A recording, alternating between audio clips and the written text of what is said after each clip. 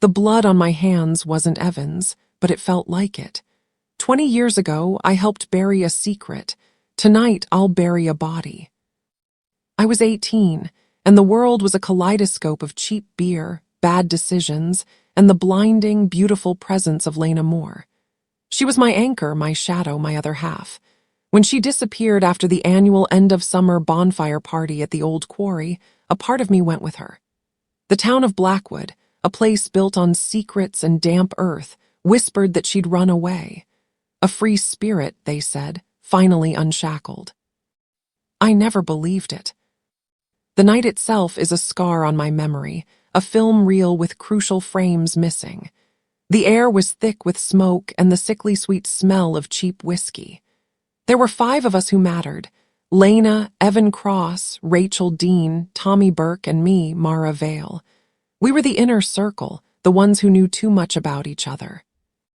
Evan Cross was the golden boy, all sharp angles and casual cruelty, the kind of rich kid who thought the world was his to break. Rachel Dean was his shadow, a porcelain doll with a viper's tongue, always watching, always judging. Tommy Burke was the muscle, a hulking, silent boy who followed Evan like a loyal, dangerous dog. And Lena was the fire they all wanted to put out, the truth they couldn't stand. The last time I saw her, she was arguing with Evan by the bonfire. Her face was pale, her eyes blazing with a fury I'd never seen. I remember the sound of a slap, a sharp, sickening crack that cut through the music. I started toward them, but Rachel grabbed my arm, her grip surprisingly strong. "Let them sort it out, Mara. It's just Evan being Evan." I should have pushed past her.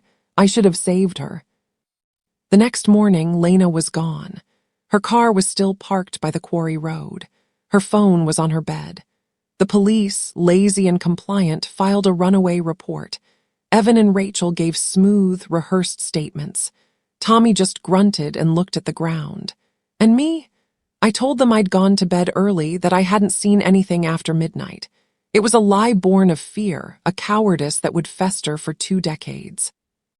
The town forgot. They had to. Blackwood couldn't function if it admitted a monster lived among them. But I couldn't forget. I left Blackwood not to escape, but to learn how to hunt. I became a detective, a specialist in cold cases, driven by a single obsessive goal: to find the truth about Lena Moore. I spent 20 years polishing my badge, hunting my instincts, all for the day I could finally look back at Blackwood and see the darkness clearly. I returned 2 years ago, a decorated officer, a ghost in my own hometown. I was Detective Mara Vale now, and the quarry was still just a hole in the ground, but the secrets buried there were starting to rise. 20 years, a lifetime of silence. Then the silence shattered. The first body was Evan Cross. It was a Tuesday morning, the kind of crisp autumn day that usually smells of wood smoke and decay. Evan was found in his imported black sedan, parked in his private garage, a shrine to his undeserved success. I was the first detective on the scene. The moment I saw the car, I knew. The air in the garage was cold, but the scent of copper was overwhelming. Evan wasn't just dead, he was a statement.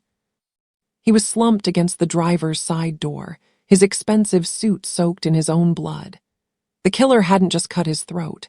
They had carved a ***, Glasgow smile, ***, a deep, precise cut from the corner of his mouth, stretching back to his ear on both sides. It was a grotesque, permanent grin of agony. Then, with surgical precision, they had sliced his carotid artery, a clean, swift action that had bled him out in minutes. The contrast was jarring.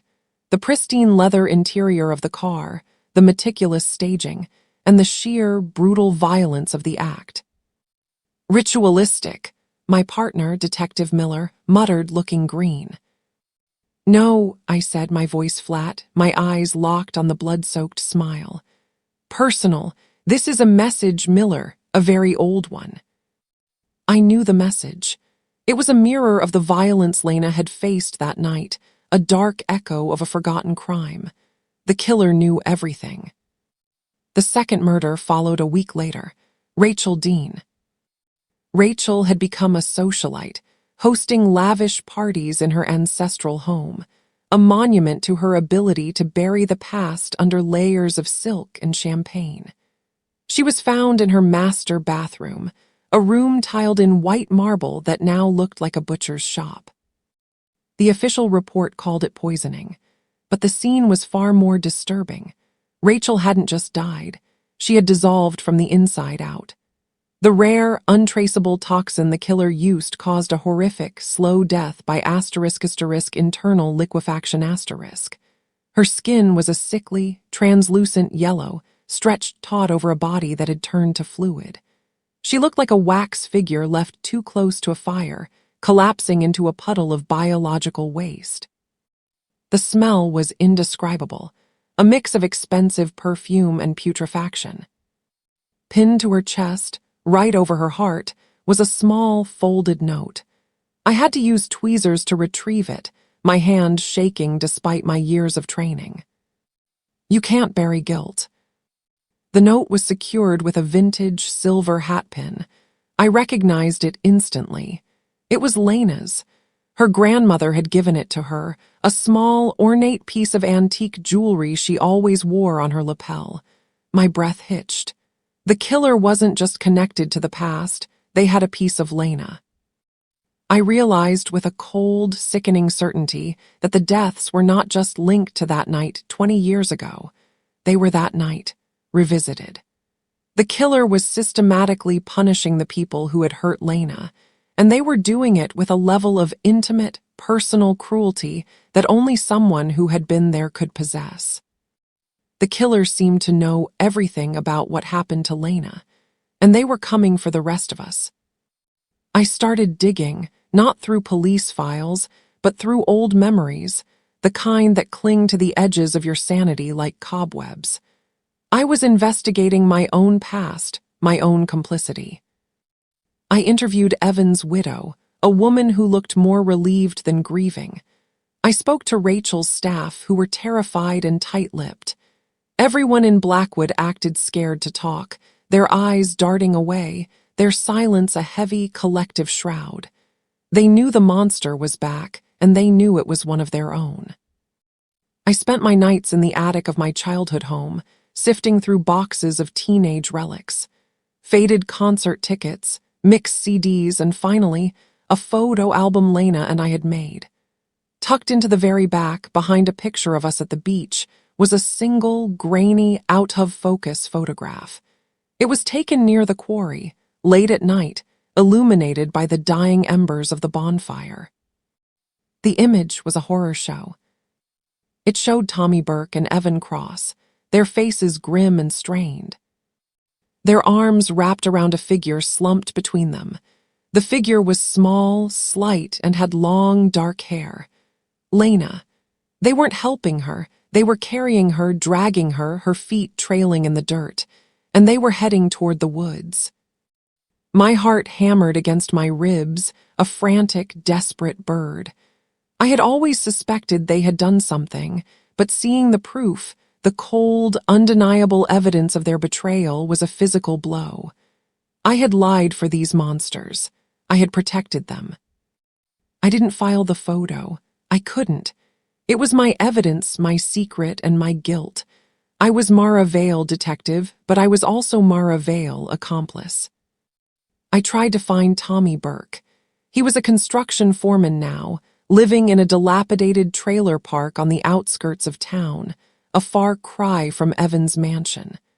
I needed to show him the photo, to break him, to make him confess what they did to Lena. But the killer got to him first.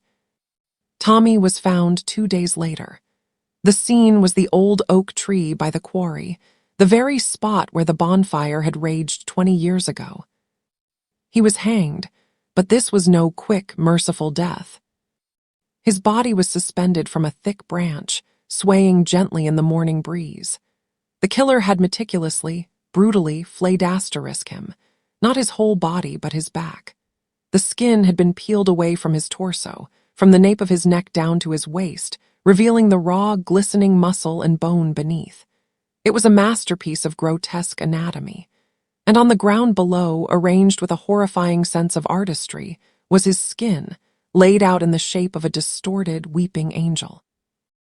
The message was clear. This is what you tried to hide. I stood there, the smell of blood and fear thick in the air, and I felt a chill that had nothing to do with the autumn morning. It felt like Lena was haunting us all, not as a ghost, but as a force of nature, a reckoning that had been 20 years in the making. I was the last one left. Rachel, Evan, Tommy, the circle was closing. The investigation was a farce. I was leading the team, but I was also the prime suspect in my own mind. I was chasing a killer who was doing the job I should have done 2 decades ago. I needed to understand the killer's motive, their timeline. I needed to find out what happened after Evan and Tommy dragged Lena into the woods. I went back to the attic, to the boxes of Lena's things. I remembered she had a secret hiding spot, a loose floorboard in her old bedroom closet. I drove to her parents' abandoned house, broke the lock, and went straight to the closet. Under the floorboard, wrapped in a faded silk scarf, was a stack of letters. They weren't addressed to anyone. They were Lena's journal entries, written in the months after she disappeared. I sat on the dusty floor and read, my hands trembling.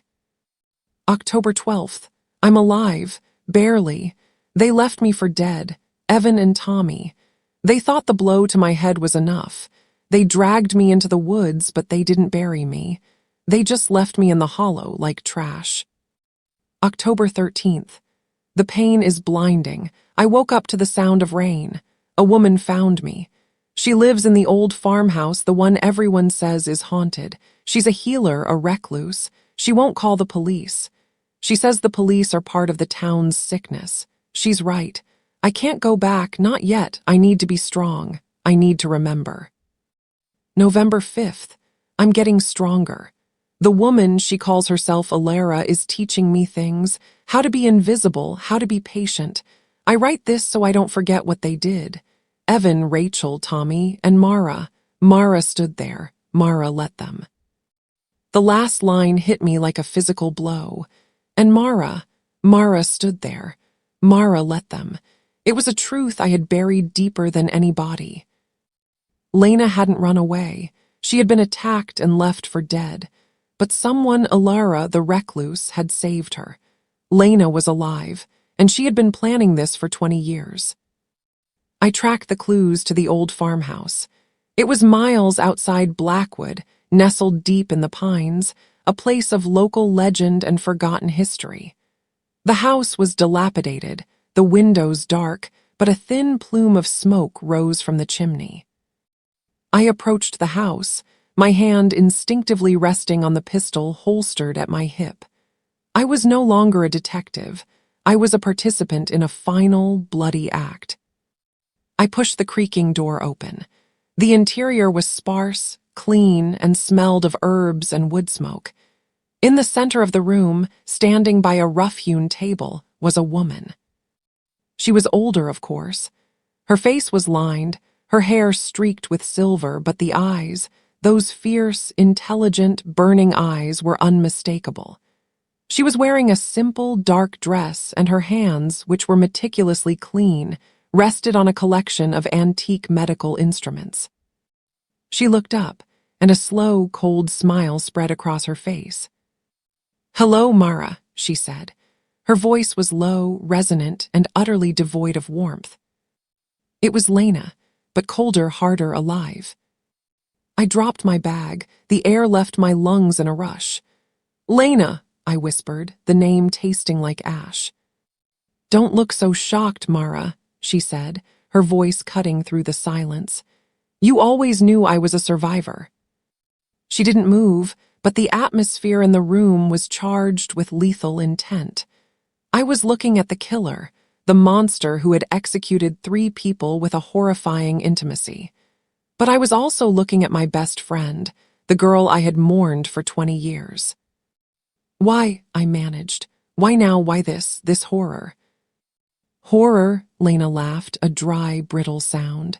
You call it horror, I call it justice. Evan and Tommy left me to rot. Rachel stood by and watched. They all buried the truth, Mara. They buried *me*. She walked slowly around the table, her eyes never leaving mine. But you, Mara, you're the interesting one. You became a detective. You spent 2 decades chasing a ghost you knew was real. You thought you were hunting them, but you were just running from yourself. I was trying to find you, I insisted, my voice cracking. I never stopped looking. Liar, she spat, the word a venomous dart. You knew more than you admitted. You helped cover up what happened. She stopped directly in front of me, her face inches from mine. Her eyes were burning with an ancient, unforgiving rage.